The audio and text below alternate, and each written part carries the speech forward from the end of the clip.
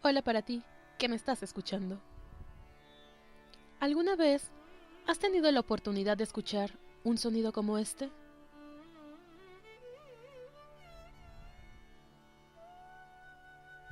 Así es, muy característico del raga de la India. La India fue sin duda el dominio más importante del Imperio Británico. Se trataba de una colonia de explotación administrada desde 1777 por la Compañía de las Indias Orientales. Se convirtió en la principal suministradora de materias primas. Constituida en el eje del imperio, la construcción del Canal de Suez agilizó de manera notable las relaciones con la metrópoli. Sin lugar a dudas, la influencia británica ha sido un factor decisivo en las numerosas revoluciones sufridas en el interior de la sociedad de la India.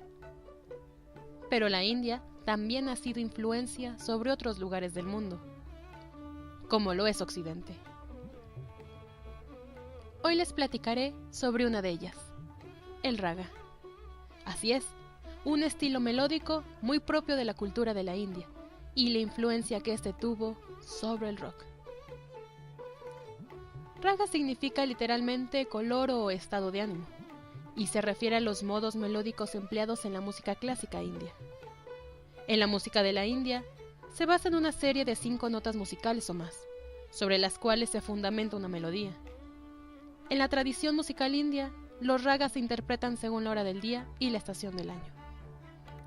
El encuentro del raga con Occidente no se dio directamente en el rock, sino con la música clásica, esto a mediados de los años 50, cuando el violinista y director de orquesta Yehudi Menuhin trajo un músico hindú que se llama Ali Akbar Khan. Él vino a Occidente, a Estados Unidos directamente, y grabaron un disco que se llama Music of India, Morning and Evening Ragas, esto en el año 1955. Y uno de los músicos que venía con Ali fue Ravi Shankar. Él fue quien tuvo contacto más directo con músicos de jazz. Gente como John Coltrane se interesaron mucho en la música de la India y tomaron varias de sus estructuras armónicas, porque la música de la India, a diferencia de la música de Occidente, no es tonal, sino modal. Esto quiere decir que la música tonal, que es la usada en Occidente, tiene notas mayores y menores en una mayor cantidad. Y la música modal, que es la que se usa en casi todos los folclores del mundo, es música que está basada en menos notas, que son notas mayores. Y la música de la India pertenece a este tipo de sistema musical. Entonces, los músicos de jazz dejaron un poco las elaboraciones armónicas de la música tonal y se fueron hacia la música modal. Y eso se notó en discos como el My Favorite Things de John Coltrane. También los compositores que escribían música minimal o música de vanguardia como Philip Glass se interesaron mucho en la música de la India. Sin embargo, fue el rock el que más popularizó esta música. El raga rock, como se le denomina, no es un género musical que esté 100% delimitado. Es más bien una etiqueta utilizada para definir al rock made in Occidente, en la que se aprecia de forma clara la influencia de la música tradicional de la India.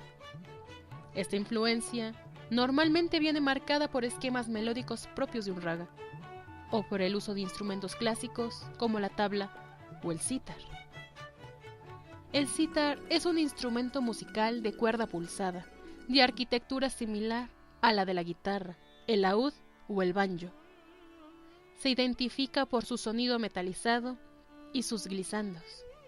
Un glissando es un adorno, un efecto sonoro que consiste en pasar rápidamente de un sonido hasta otro, más agudo o más grave, haciendo que se escuchen todos los sonidos intermedios posibles dependiendo de las características del instrumento. El sitar es un instrumento versátil, con sonido delicado y brillante, apropiado para expresar el lento desarrollo de los ragas, así como para servir a la interpretación virtuosa.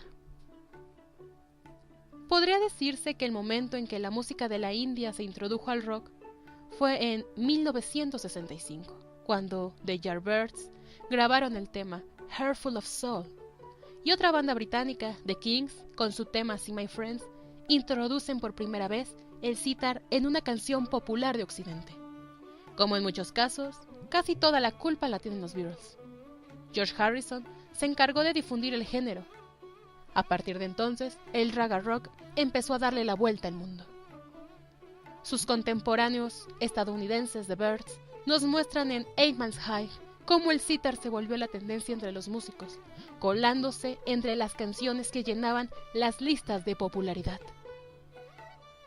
Buena parte del rock que se hizo en la segunda mitad de los 60 tuvo que ver con los sonidos de la India, pues ya desde la década anterior, las presentaciones de Ravi Shankar, uno de los músicos más reconocidos de este país, llamaron la atención de los círculos jazzistas de Estados Unidos. El misticismo hindú, la meditación y el yoga se pusieron de moda entre los jóvenes beatniks y posteriormente con los hippies. La experimentación con drogas y la psicodelia dieron paso a canciones de rock con largos pasajes en los que se emulaban las atmósferas propias de la música oriental. Para cuando la psicodelia explotó en San Francisco a finales de los 60, la fusión de estos sonidos se llevó a terrenos de mayor virtuosismo, emparentándose con el rock progresivo. Desde entonces, el raga rock no ha dejado de estar presente en la música de una forma u otra, y ejemplos hay varios. El grupo Kula Shaker lanzó en 1996 uno de los discos que mejor ejemplifican esta mezcla de culturas, y Talvin Singh ha manejado el género con estilos más bailables. Otros grupos como Oasis y The Chemical Brothers también hicieron lo suyo con el raga, y hasta Aerosmith sucumbió en su momento a los encantos de la India. Tal parece que un sitar nunca está de más.